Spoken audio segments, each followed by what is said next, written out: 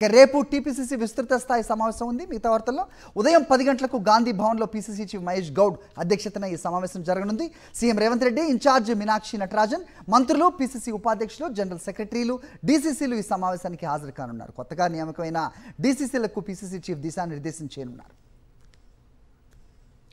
ఇదే అంశంపై అప్డేట్స్ మా కరెస్పాండెంట్ రాకేష్ ఇస్తారు. రాకేష్, చెప్పండి. సో డీసీసీలకు పీసీసీ చీఫ్ దిశానిర్దేశం అనే వార్త మనం చూస్తున్నాం. సో ఏంటి మీ దగ్గర ఇన్పుట్స్? డిసెంబర్ 7కు తెలంగాణలో కాంగ్రెస్ ప్రభుత్వం ఏర్పడి 2 సంవత్సరాలు పూర్తవుతున్న సందర్భంగా టీపీసీసీ విస్తృత సమావేశాన్ని రేపు ఉదయం 10 గంటలకు గాంధీ భవన్లో ఏర్పాటు చేస్తున్నారు. దీనికి పీసీసీ చీఫ్ మహేష్ గౌడ్ అధ్యక్షత వహిస్తారు. సీఎంతో పాటు ఇన్ఛార్జ్ మీనాక్షి నటరాజన్, అలాగే డీసీసీ అధ్యక్షులు, పార్టీకి సంబంధించిన ఉపాధ్యక్షులు, మిగతా ముఖ్యమైన నేతలందరూ కూడా ఈ సమావేశానికి అటెండ్ అవుతారు. అయితే కీలక అంశాల ఎజెండాగా ఈ సమావేశాన్ని జరగబోతున్నట్టుగా తెలుస్తోంది. ప్రధానంగా కూడా ఈ మధ్య కొత్తగా డీసీసీ అధ్యక్షులు నియమించారు. వారందరూ కూడా నియామక పత్రాలు అందజేస్తారు.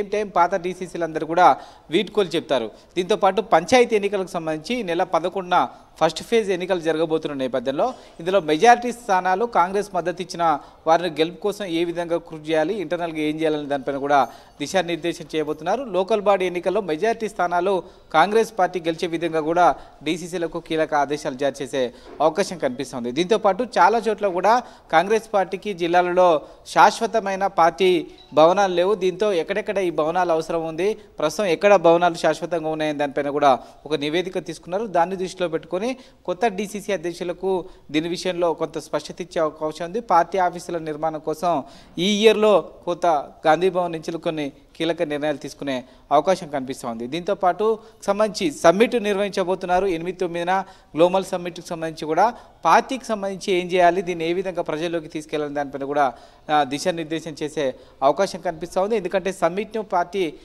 ప్రభుత్వం అత్యంత ప్రతిష్టాత్మకంగా తీసుకుంది. ఇన్వెస్ట్మెంటర్సే కాదు, తెలంగాణ సమాజానికి ఈ సమ్మిట్ వల్ల జరిగే లాభం ఏంటనే విషయాన్ని పార్టీ శ్రేణులను ఏ విధంగా వివరించాలని దానిపైన కూడా సీఎం దిశానిర్దేశం చేసే అవకాశం కనిపిస్తూ ఉంది.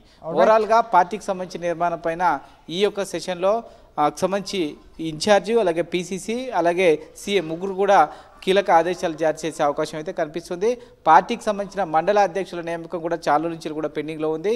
అధ్యక్షుల నియామకం కూడా త్వరలో చేపట్టేందుకు కార్యాచరణ ప్రకటించే అవకాశం ఉంది. All right Rakesh.